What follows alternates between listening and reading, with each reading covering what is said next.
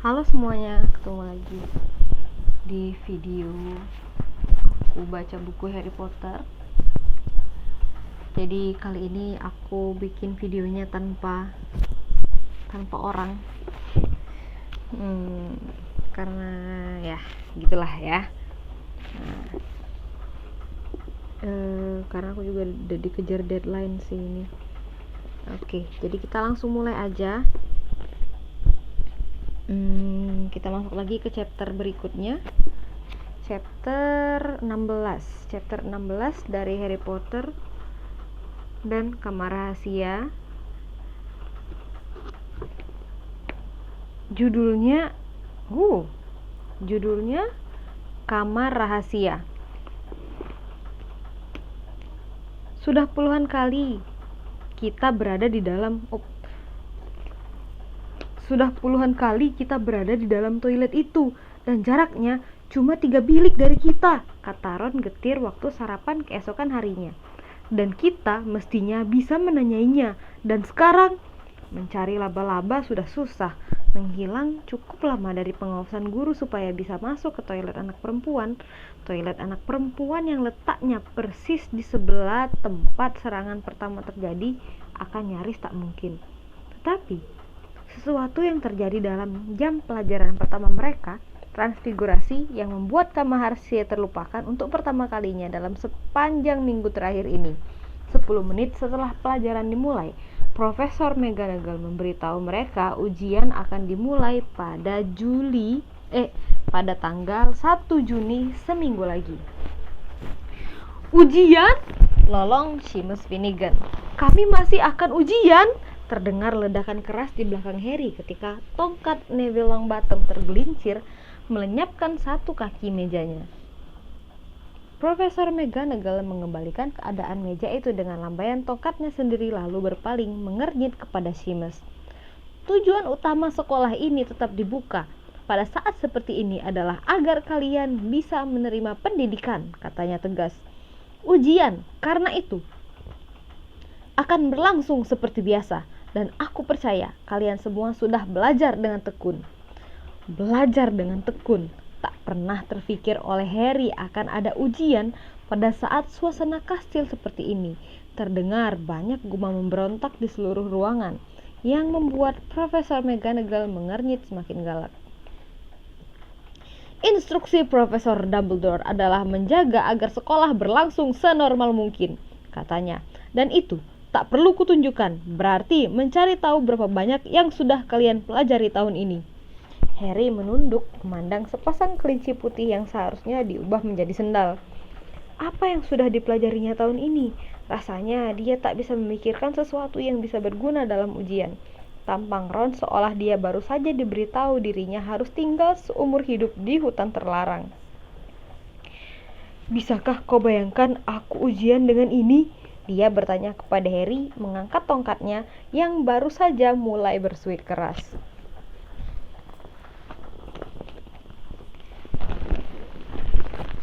Tiga hari sebelum hari ujian pertama, Profesor McGonagall menyampaikan pengumuman lain sewaktu sarapan. Ada berita baik, katanya. Dan aula besar alih-alih menjadi sunyi, malah meledak ribut sekali. Dumbledore akan kembali. Beberapa anak berteriak senang. Pewaris Slytherin sudah berhasil ditangkap, pekik seorang anak perempuan di meja Ravenclaw. Pertandingan Quidditch akan diadakan lagi, teriak Wood penuh semangat. Ketika hiruk pikuk sudah reda, Profesor McGonagall berkata, Profesor Sprout telah memberitahuku bahwa Mandrake sudah siap dipotong. Akhirnya, malam ini kita akan bisa menghidupkan kembali anak-anak yang sudah dibuat membatu. Tak perlu kuingatkan kepada kalian bahwa salah satu dari mereka mungkin bisa memberitahu kita siapa atau apa yang menyerang mereka. Aku berharap tahun mengerikan ini akan berakhir dengan kita menangkap si pelaku. Anak-anak bersorak riuh rendah. Wuh! Harry memandang ke meja Slytherin dan sama sekali tidak heran melihat Draco Malfoy tidak ikut bersorak. Tetapi Ron kelihatan lebih riang daripada beberapa hari belakangan ini. Kalau begitu, kita tak perlu lagi menanyai Myrtle, katanya kepada Harry. Hermione mungkin punya semua jawabannya. kalau mereka membangunkannya. Hati-hati saja.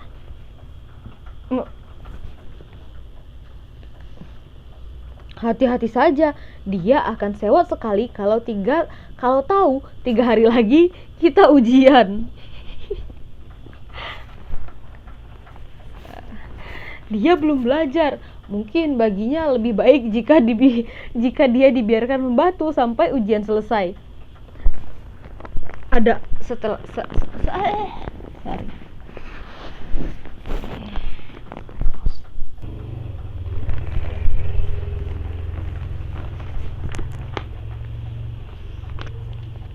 Saat itu Ginny Weasley datang dan duduk di sebelah Ron. Dia kelihatan tegak dan gugup, dan Harry memperhatikan tangannya saling remas di atas pangkuannya. Ada apa? Ada apa? Tanya Ron mengambil bubur lagi. Ginny tidak mengatakan apa-apa, tetapi memandang ke seliling meja Gryffindor.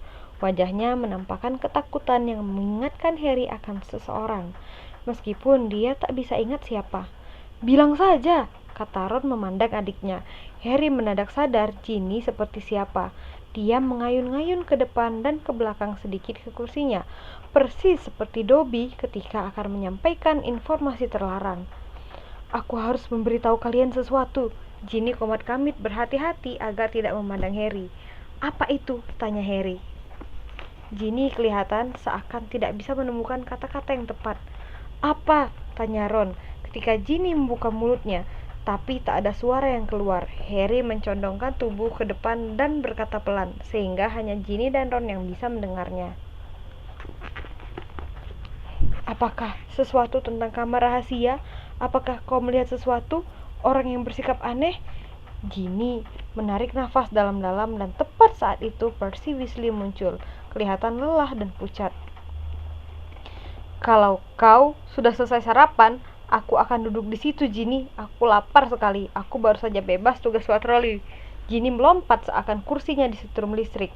Sekilas melempar pandang ketakutan kepada Percy, lalu lari pergi. Percy duduk dan menyambar cangkir di tengah meja. Percy! Tegur Ron marah. Dia baru saja mau memberitahu kami sesuatu yang penting. Baru setengah jalan meneguk tehnya, Percy tersedak. Soal apa? Tanyanya batuk-batuk. Aku bertanya, kalau dia melihat sesuatu yang aneh dan dia baru akan bercerita. Oh, itu tak ada hubungannya dengan kamar rahasia, kata Percy segera. Bagaimana kau tahu? Tanya Ron, alisnya terangkat. Kalau kau mau tahu, Ginny berpapasan denganku kemarin dulu waktu aku, tak usah kukatakan deh. Yang jelas dia melihatku melakukan sesuatu dan aku memintanya agar tidak menceritakannya kepada orang lain. Kukira dia akan menepati janjinya. Bukan apa-apa sebetulnya. Hanya saja aku lebih suka. Belum pernah Harry melihat Percy salah tingkah seperti itu. Apa yang kau lakukan, Percy? Tanya Ron nyengir. Ayo beritahu kami tidak akan tertawa. Percy tidak ikut tersenyum. Tolong ambilkan roti kadet, Harry. Aku lapar sekali.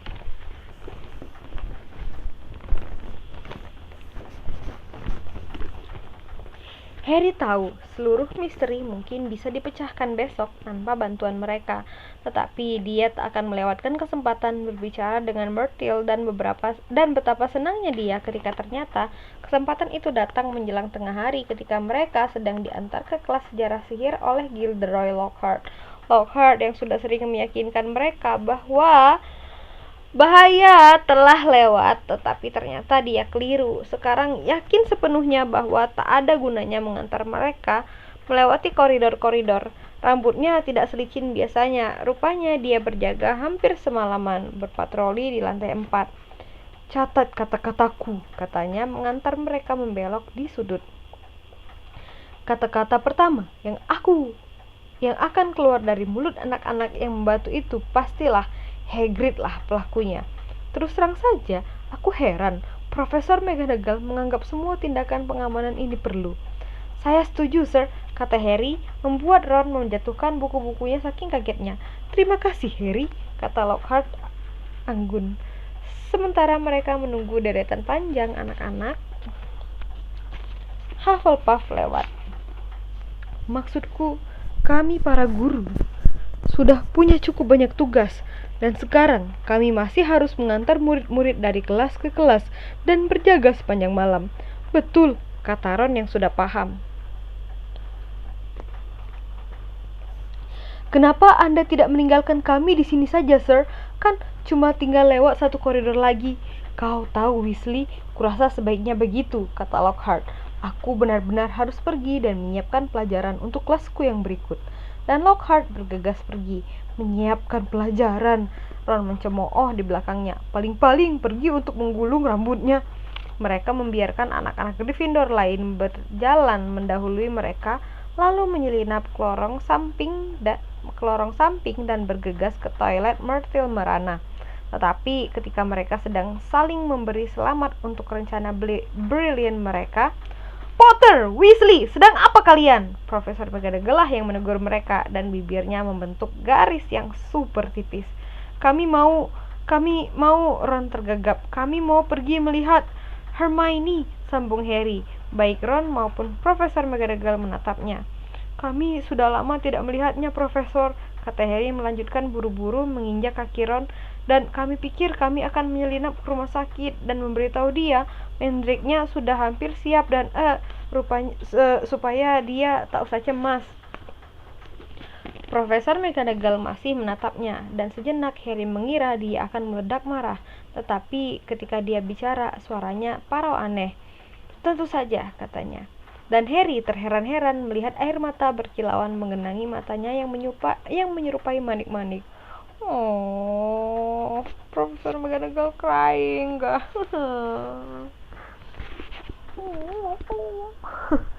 Tentu saja, aku sadar semua ini paling berat untuk teman-teman mereka yang sudah aku mengerti. Ya, Potter, tentu saja. Kalian boleh menengok Miss Granger. Aku akan memberitahu Profesor Binns kemana kalian pergi. Katakan kepada Madame Pomfrey, aku sudah memberikan izinku. Harry dan Ron pergi, nyaris tak mempercayai bahwa mereka lolos dari detensi. Ketika berbelok ke sudut sayup-sayup, mereka mendengar Profesor McGonagall membuang ingus. Itu, kata Ron sungguh-sungguh, adalah cerita paling bagus yang pernah kau buat. Mereka tak punya pilihan sekarang selain pergi ke rumah sakit dan memberitahu Madame Pomfrey bahwa mereka sudah mendapat izin Profesor McGonagall untuk menengok Hermione. Madame Pomfrey mengizinkan mereka masuk, tetapi dengan enggan. Tak ada gunanya bicara dengan orang yang membatu, katanya, dan mereka harus mengakui dia benar. Ketika mereka sudah duduk di sebelah tempat tidur Hermione, jelas Hermione sama sekali tidak sadar dia kedatangan tamu, dan memberitahunya agar jangan cemas sama sekali dengan bicara pada lemari di sebelah tempat tidurnya. Kira-kira dia melihat penyerangnya tidak ya? Kata Ron memandang sedih wajah Hermione yang kaku. Karena kalau dia mengendap-endap dari belakang mereka, tak seorang pun akan tahu. Tetapi Harry tidak memandang wajah Hermione. Dia lebih tertarik pada tangannya. Tangan itu terkepal, tergeletak di atas selimutnya, dan ketika membungkuk mendekat, Harry melihat secari kertas teremas dalam genggamannya. Oh my god. Setelah yakin Madame Pomfrey tidak ada di dekat-dekat situ, dia menunjukkan kertas itu kepada Ron. Coba keluarkan, bisik Ron, menggeser kursinya supaya Harry terhalang dari pandangan Madame Pomfrey. Bukan pekerjaan gampang. Tangan Hermione mencengkram kertas itu erat sekali, sehingga Harry yakin kertas itu akan robek. Sementara Ron berjaga, dia menarik dan memilin, dan akhirnya, setelah 10 menit yang tegang, kertasnya lepas. Ternyata itu halaman yang dirobek dari buku perpustakaan yang sudah sangat tua. Harry meratakannya dengan bergairah, dan Ron membungkuk lebih dekat untuk ikut membacanya. Dari banyak nada suara teks ini teks bacaan dari bukunya. Dari banyak binatang dan monster menyeramkan yang menjelajahi negeri kita, tak ada yang lebih menakjubkan atau lebih mematikan daripada Basilisk, yang juga dikenal sebagai Raja Ular. Ular ini, yang bisa mencapai ukuran raksasa dan hidup sampai ratusan tahun, ditetaskan dari telur ayam yang dierami oleh katak. Cara Basilisk membunuh sangat luar biasa, karena selain taringnya yang mematikan dan berbisa, Basilisk mempunyai pandangan maut, dan semua yang terkena sorot matanya akan langsung mati. Laba-laba melarikan diri dari Basilisk, karena Basilisk adalah musuhnya yang paling ganas, dan Basilisk sendiri hanya menghindari koko ayam jantan yang bisa berakibat fatal untuknya. The hell? Aku sampai sekarang masih nggak habis pikir loh kalau Basilisk ini lahir dari telur ayam yang biasa kita makan sehari-hari itu, telur ayam yang dierami katak. Ya namanya aja magic ya, dunia magic. That's fine, everything is fine. Okay, back to the topic. Dan di bawahnya tertulis satu kata dalam tulisan tangan yang dikenali Harry sebagai tulisan Hermione, pipa. Harry merasa seakan ada orang yang menyalakan lampu di dalam otaknya. Ting. Ron, katanya menahan nafas. Ini dia, ini jawabannya. Monster di dalam kamar rahasia itu, Basilisk, ular raksasa. Itulah sebabnya aku selama ini mendengar suara itu di mana-mana. Sementara tak ada satu orang lain pun yang bisa mendengarnya. Itu karena aku mengerti Parseltongue. Harry memandang tempat-tempat tidur di sekitarnya. Basilisk membunuh orang dengan cara memandangnya, tetapi tak seorang pun meninggal karena tak seorang pun langsung menatap matanya. Colin melihatnya lewat kameranya. Si Basilisk membakar seluruh filmnya, tetapi Colin hanya membatu. Justin pastilah melihat Basilisk itu menembus Nick si kepala nyaris putus. Nick yang menerima sorot matanya sepenuhnya, tapi dia tidak bisa mati lagi.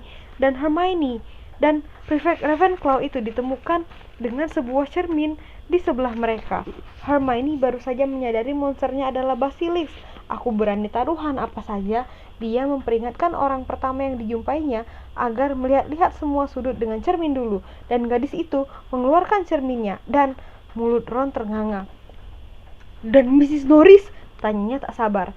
Harry berpikir keras membayangkan pemandangan pada malam Halloween. Air, katanya lambat-lambat. Air yang meluap dari toilet Myrtle Merana. Mrs. Norris pastilah cuma melihat bayangannya.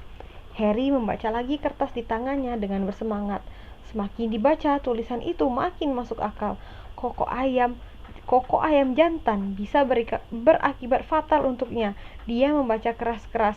Ayam jantan Hagrid dibunuh. Si pewaris Slytherin tidak menginginkan ada ayam jantan di sekitar kastil. Begitu kamar rahasia sudah dibuka, laba-laba melarikan diri darinya. Semuanya cocok. Tetapi bagaimana caranya si Basilisk berkeliaran di kastil? Tanya Ron. Ular besar menakutkan. Pasti ada yang melihat. Harry menunjuk kata yang telah ditulis Hermione di bagian bawah halaman itu. Pipa, katanya. Pipa, Ron.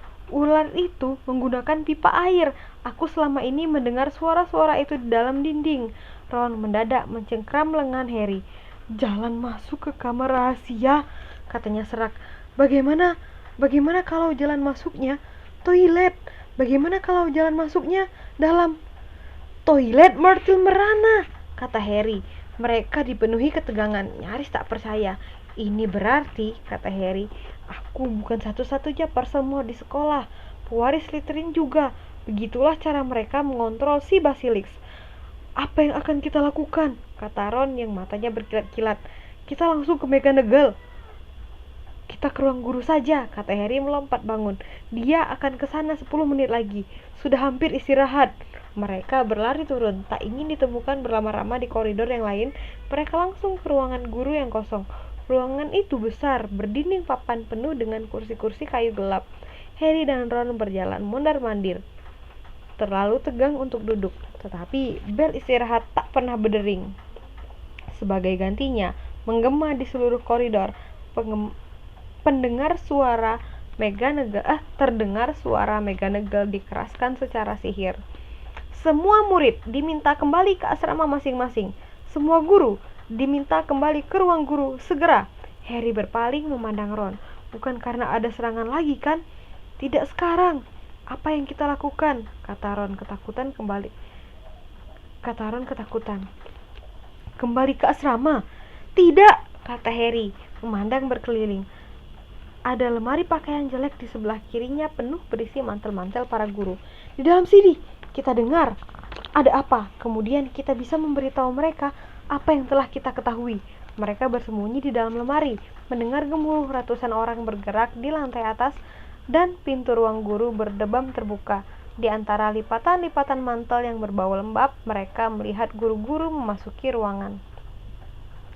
Beberapa di antara mereka tampak bingung, yang lain sangat ketakutan. Kemudian Profesor McGonagall tiba. Sudah terjadi, katanya kepada ruang guru yang sunyi. Ada anak yang dibawa oleh si monster ke dalam kamar rahasia. Profesor Flitwick memekik.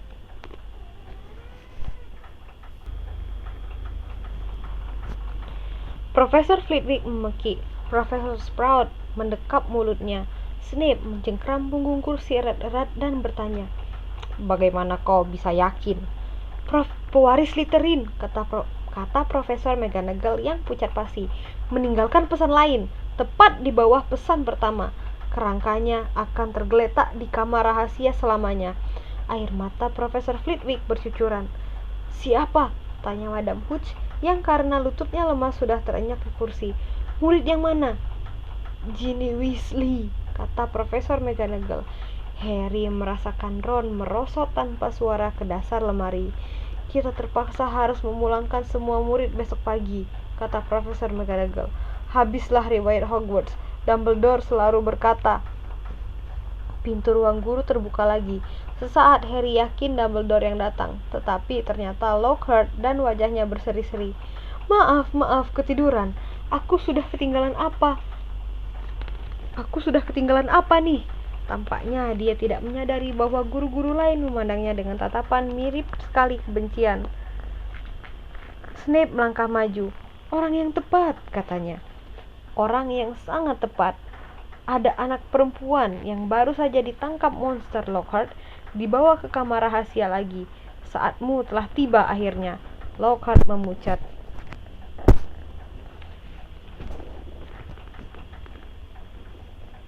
Betul, Gilderoy. Profesor Sprout ikut bicara. Bukankah kau baru bilang semalam? Aduh.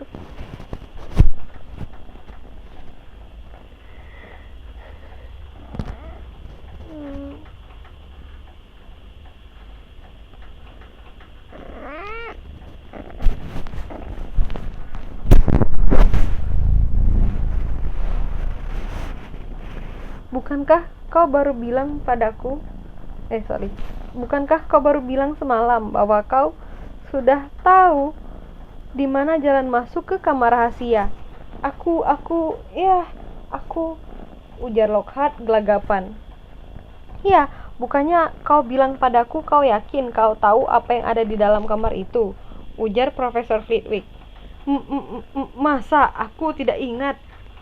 Aku jelas ingat betul kau bilang kau menyesal tidak menangani si monster sebelum Hagrid ditangkap, kata Snape. Bukankah kau bilang semua kejadian ini ditangani dengan ceroboh dan bahwa kau seharusnya diberi kebebasan penuh dari awal? Lockhart memandang bergantian kolega-koleganya yang berwajah batu.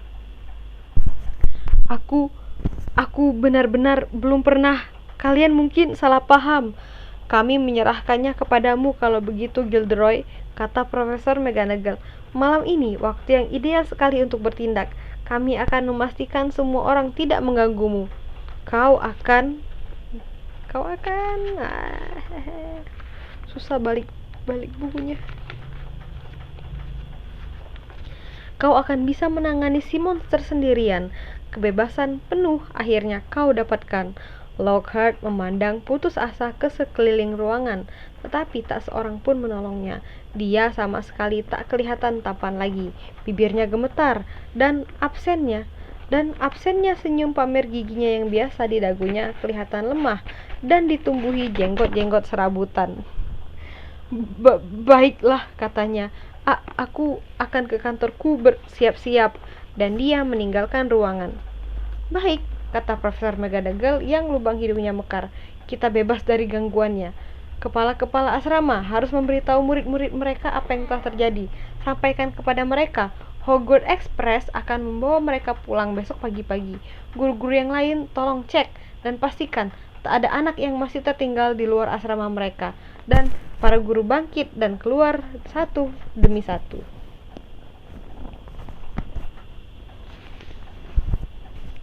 Hari itu mungkin hari terburuk dalam kehidupan Harry. Dia, Ron, Fred, dan George duduk bersama di sudut ruang rekreasi Gryffindor. Tak sanggup berkata apa-apa. Percy tidak ada di sana. Dia pergi mengirim burung hantu kepada Mr. dan Mrs. Weasley, kemudian mengurung diri di kamarnya. Belum pernah sore hari berjalan selambat itu. Juga belum pernah menara Gryffindor sepenuh itu. Tetapi begitu sunyi, menjelang terbenamnya matahari, Fred dan George pergi tidur, tak sanggup lagi terus duduk di sana. "Ginny tahu sesuatu, Harry," kata Ron bicara untuk pertama kalinya sejak mereka memasuki lemari pakaian di ruang guru. "Itulah sebabnya dia ditangkap. Sama sekali bukan soal sepele tentang Percy. Dia tahu sesuatu tentang kamar rahasia. Itulah sebabnya dia di..." Ron mengusap matanya dengan kalut. "Maksudku, dia berdarah murni. Tak mungkin ada alasan lain." Harry bisa melihat matahari yang sedang terbenam merah darah di bawah batas cakrawala. Belum pernah dia merasa sesedih dan seputus asa ini. Kalau saja ada sesuatu yang bisa dilakukannya, apa saja. "Harry," kata Ron, "menurutmu apakah ada sedikit saja kemungkinan dia belum?" Kau tahu, Harry tak tahu harus mengapakan apa. Dia tak bisa membayangkan kemungkinan Ginny masih hidup. "Tahu tidak," kata Ron, "kurasa kita harus menemui Lockhart, beritahu dia apa yang kita ketahui. Dia akan mencoba memasuki kamar rahasia. Kita bisa memberitahu dia di mana kamar itu, dan menurut dugaan kita, dan membantu dia, dan memberitahu dia Basilisk lah yang ada di dalamnya." Karena Harry tak bisa memikirkan hal lain yang bisa dilakukan, dan karena dia ingin melakukan sesuatu, dia setuju. Anak-anak Gryffindor di sekeliling mereka begitu sedih dan kasihan kepada Weasley bersaudara, sehingga tak seorang pun dari mereka berusaha mencegah mereka ketika mereka bangkit, menyeberangi ruangan dan keluar lewat lubang lukisan. Kegelapan sedang turun ketika mereka berjalan menuju kantor Lockhart. Kedengarannya sedang banyak kesibukan berlangsung di dalam. Mereka bisa mendengar bunyi bergeser, gedebak-gedebuk, dan langkah-langkah kaki bergegas. Harry mengetuk pintu dan mendadak di dalam sunyi. Kemudian pintu terkuak sedikit sekali dan mereka melihat sebelah mata Lockhart mengintip. "Oh, Mr. Potter, Mr. Weasley," katanya menguak pintu sedikit lebih lebar. "Aku sedang agak sibuk, kalau kalian bisa cepat." "Profesor, kami punya informasi untuk Anda," kata Harry. "Kami rasa ini akan membantu Anda." Ya, ini tidak terlalu." Sisi wajah Lockhart yang tampak oleh mereka kelihatan sangat salah tingkah. "Maksudku, ya, baiklah." Dia membuka pintu dan mereka masuk. Kantornya sudah hampir kosong. 2 koper besar terbuka di lantai. Jubah-jubah hijau kumala ungu biru tua dilipat buru-buru dan ditumpuk ke dalam salah satu koper. Buku-buku campur aduk berantakan di koper satunya. Foto-foto yang sebelumnya memenuhi dinding kini dijalkan ke dalam kardus di atas meja. "Anda mau pergi?" tanya Harry. Ya," kata Lockhart sambil menarik lepas poster dirinya yang sebesar badannya dari balik pintu dan mulai menggulungnya. "Panggilan penting, tak bisa dihindari, harus pergi." "Bagaimana dengan adik saya?" tanya Ron tertegun. "Ya, soal itu sayang sekali," kata Lockhart menghindari tatapan mereka ketika dia menarik laci dan mulai memindahkan isinya ke dalam tas. "Tak ada yang lebih menyesal dariku." "Anda guru pertahanan terhadap ilmu hitam," kata Harry. "Anda tidak bisa pergi sekarang.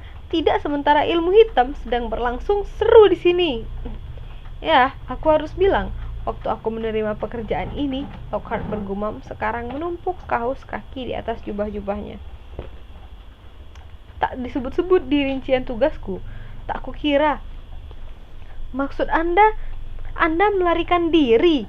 tanya Harry tak percaya. "Setelah semua yang Anda tulis dalam buku Anda?"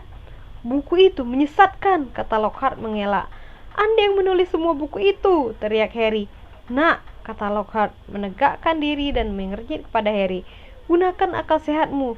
Buku-bukuku tidak akan selaris itu kalau orang-orang tidak beranggapan aku telah mengalami peristiwa-peristiwa itu." Tak ada yang mau membaca tentang penyihir pria buruk atau tua dari Armenia, meskipun dia memang menyelamatkan sebuah desa dari ancaman manusia serigala. Tampangnya jelek, tidak akan menarik dipajang di sampul depan. Cara berpakaiannya sama sekali tak berselera, dan penyihir wanita mengusir Banshee Benden berbibir sumbing. Maksudku, mana menarik sih? Jadi Anda menerima Astagfirullahaladzim.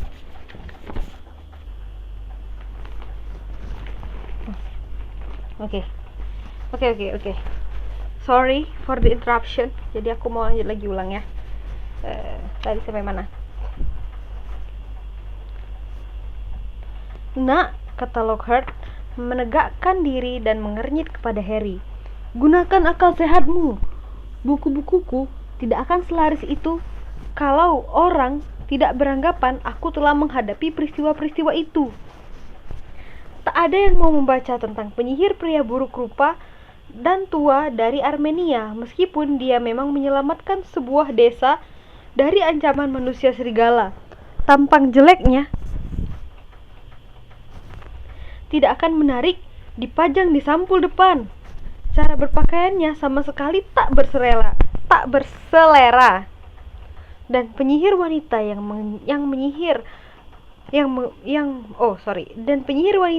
mengusir Banshee Benden berbibir sumbing. Maksudku, mana menarik sih? Jadi Anda yang menerima pujian untuk begitu banyak hal yang dilakukan oleh orang-orang lain? Tanya Harry tak percaya. Harry, kata Lockhart menggelengkan kepala tak sabar. Tidak sesederhana itu, perlu kerja keras. Aku harus melacak orang-orang ini, menanyai mereka bagaimana tepatnya mereka berhasil melakukan apa yang mereka lakukan. Kemudian aku harus memantrai mereka dengan jumpy memory supaya mereka tak ingat lagi pernah melakukan itu. Kalau ada satu hal yang kubanggakan, jumpy memoriku, itulah. Tidak gampang, Harry, perlu banyak kerja keras. Tidak sekedar menandatangani buku dan foto untuk Tidak sekedar menandatangani buku dan berfoto untuk publisitas. Tahu, kalau ingin terkenal, kau harus siap kerja keras lama. Dia menutup keras kedua kopernya dan menguncinya. Coba kulihat, katanya. Kurasa sudah semuanya. Ya, hanya tinggal satu hal. Dia menarik keluar tongkatnya dan berbalik menghadapi mereka. Maaf sekali anak-anak, tetapi aku harus memanterai kalian dengan jumpy memory sekarang. Tak bisa kubiarkan kalian menyebarkan rahasiaku kemana-mana. Nanti aku tak bisa jual buku lagi. Harry mencabut tongkatnya tepat waktu. Lockhart baru mengangkat tongkatnya ketika Harry berseru, Expelliarmus! Lockhart terpental ke belakang, jatuh di atas kopernya. Tongkatnya terbang ke udara. Ron menangkapnya dan melemparnya keluar jendela. Mestinya Profesor Snape jangan diizinkan mengajari kalian mantra itu, kata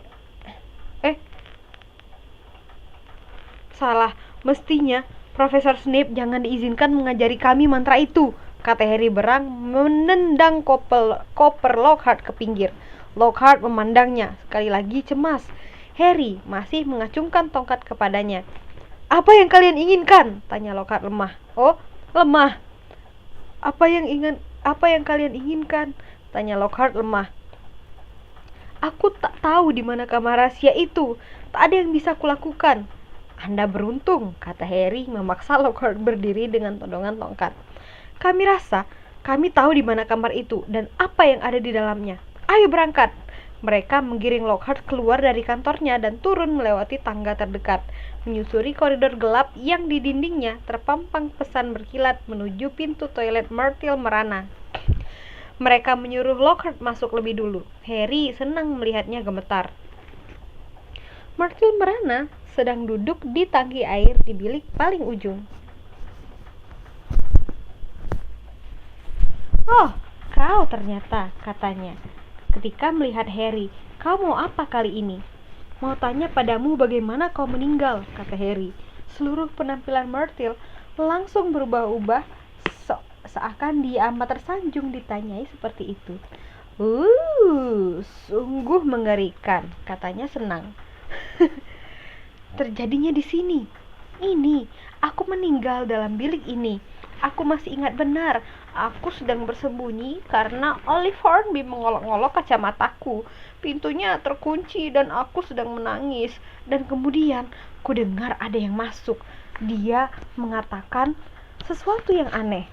Bahasa lain kupikir, tetapi yang membuatku kaget, yang bicara anak laki-laki. Jadi kubuka pintu untuk menyuruhnya pergi dan menggunakan toiletnya sendiri. Dan kemudian Myrtle seakan menggelembung penting, wajahnya bercahaya. Aku mati. Bagaimana? Tanya Harry. Entahlah, kata Myrtle dengan suara rendah. Aku cuma ingat melihat sepasang mata kuning besar. Seluruh tubuhku mendadak macet dan tiba-tiba saja aku sudah melayang-layang. Dia memandang Harry dengan pandangan menerawang. Dan kemudian aku kembali ke sini, soalnya aku bertekad akan menghantui Olive Hornby. Oh, dia menyesal sekali menertawakan kacamataku. Di mana tepatnya kau melihat mata itu? Tanya Harry. Di sekitar situ, kata Myrtle menunjuk ke arah wastafel di depan biliknya. Harry dan Ron bergegas ke wastafel itu. Lockhart berdiri jauh-jauh.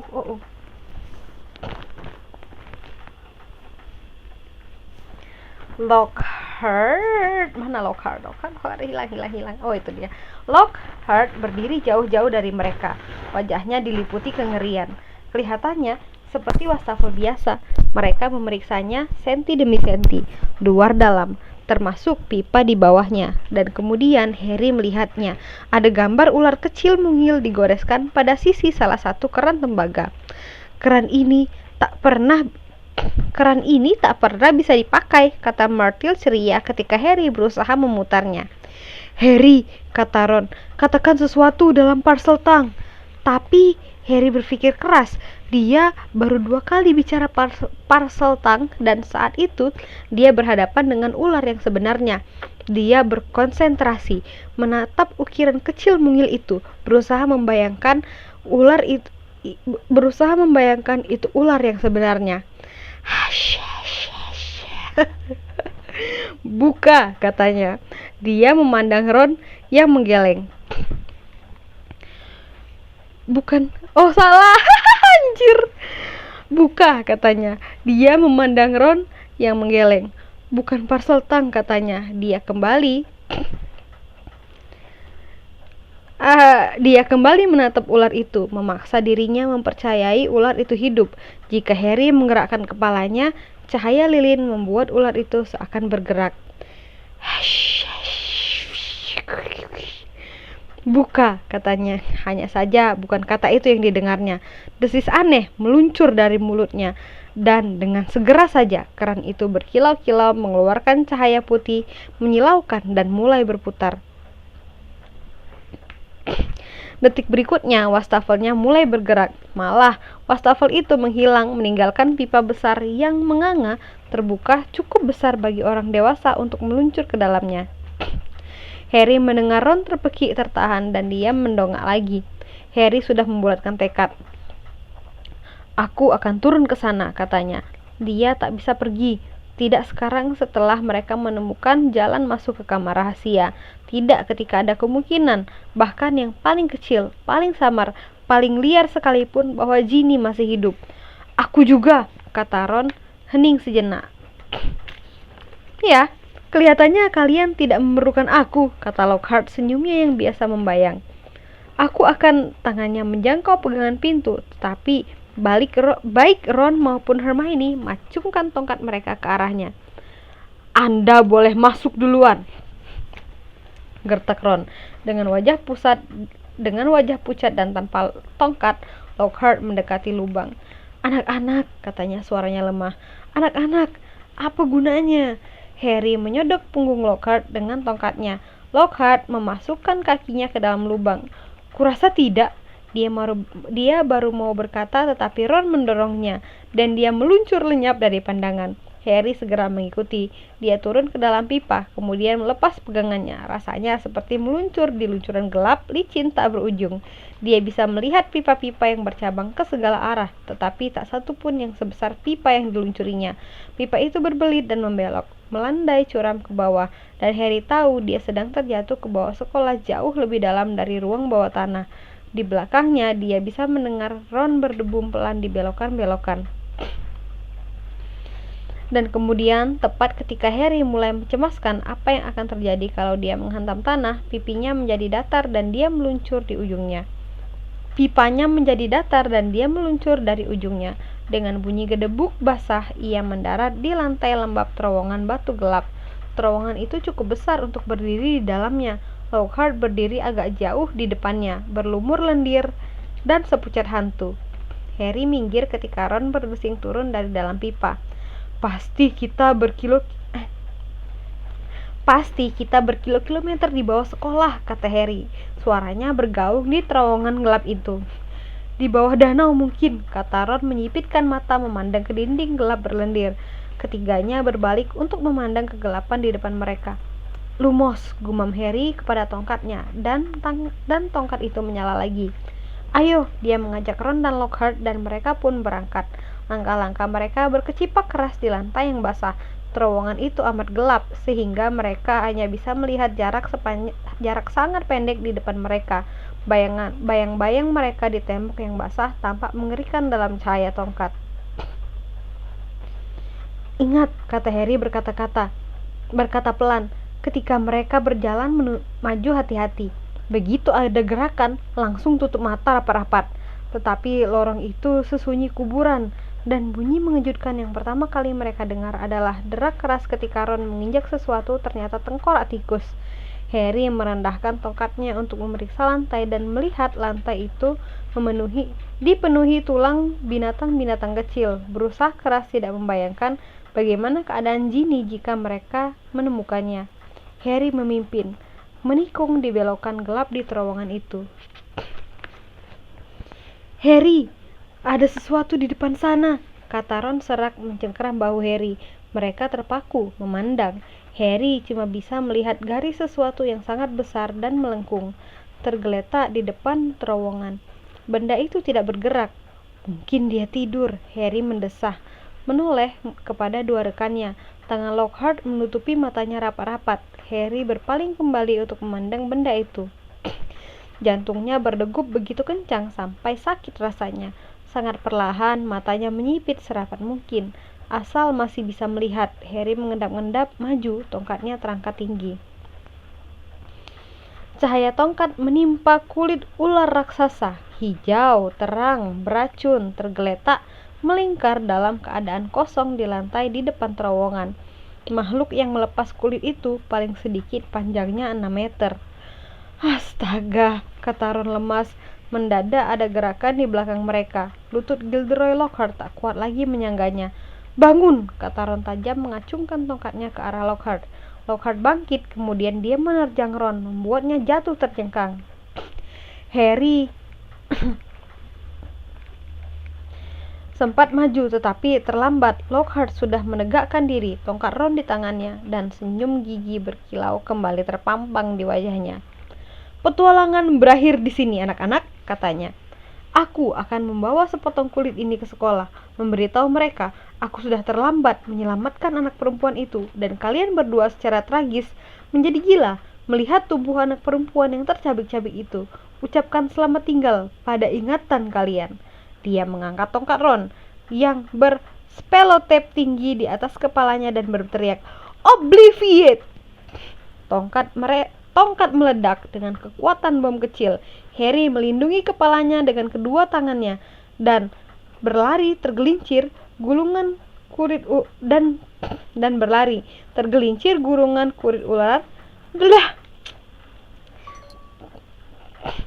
Tergelincir gulungan kulit ular.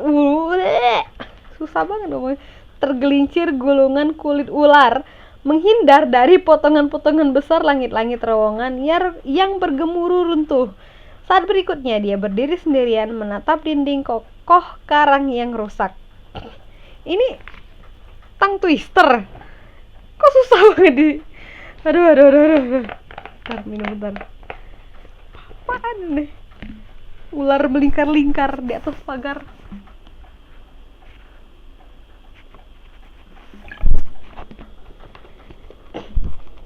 Mana tadi? tongkat meledak dengan Saat berikutnya, dia berdiri sendirian, menatap dinding kokoh karang yang rusak. "Ron!" dia berteriak. "Kau tak apa-apa, Ron?" "Aku di sini," terdengar suara samar Ron dari balik dinding runtuh karang. "Aku baik-baik saja, tapi si sinting ini tidak. Dia kena ledakan tongkat." Terdengar bunyi duk dan jeritan keras. "Au!" Kedengarannya Ron baru saja menendang tulang kering Lockhart. "Bagaimana sekarang?" Suara Ron terdengar putus asa. "Kita tidak bisa menembusnya. Perlu waktu lama sekali." Harry menonggak memandang langit-langit terowongan. Retakan-retakan besar telah bermunculan. Dia belum pernah mencoba memecahkan sesuatu sebesar karang-karang ini dengan sihir. Dan sekarang tampaknya bukan saat yang baik untuk mencobanya. Bagaimana kalau seluruh terowongan malah runtuh? Terdengar bunyi duk dan au dari balik dinding karang. Mereka membuang-buang waktu. Ginny sudah berjam-jam berada di kamar rahasia. Harry tahu hanya ada satu hal yang bisa dilakukannya. "Tunggu di situ," teriaknya kepada Ron. "Jaga Lockhart. Aku akan jalan terus. Kalau aku tidak kembali dalam 1 jam..." Kesunyian yang menyusul begitu syarat arti. "Akan kucoba menggeser beberapa karang ini," kata Ron yang kedengarannya berusaha memantapkan suaranya, "supaya kau bisa lewat nanti. Dan Harry..." "Sampai nanti," kata Harry berusaha menyuntikkan rasa percaya diri ke dalam suaranya yang bergetar. Dan dia berjalan maju sendirian melewati kulit ular raksasa. Segera saja bunyi samar-samar Ron yang berusaha keras menggeser karang tak kedengaran lagi. Terowongan itu berbelok dan menikung berkali-kali. Seluruh saraf di tubuh Harry menggelenyar. Tak nyaman, dia ingin terowongan berakhir, tetapi takut apa yang akan ditemukannya. Dan kemudian akhirnya, ketika dia merayap membelok di tikungan berikutnya, dia melihat dinding kokoh di depannya. Di dinding itu terpahat 2 ekor ular yang saling berbelit. Mata mereka dari zamrud besar berkilau. Harry mendekat. Kerongkongannya terasa sangat kering. Tak perlu membayangkan ular batu ini hidup, karena mata mereka aneh sekali, sudah tampak hidup. Harry bisa menebak apa yang harus dilakukannya. Dia berdeham dan mata zamrud itu berkedip. "Buka," kata Harry dengan desisan rendah. "Buka."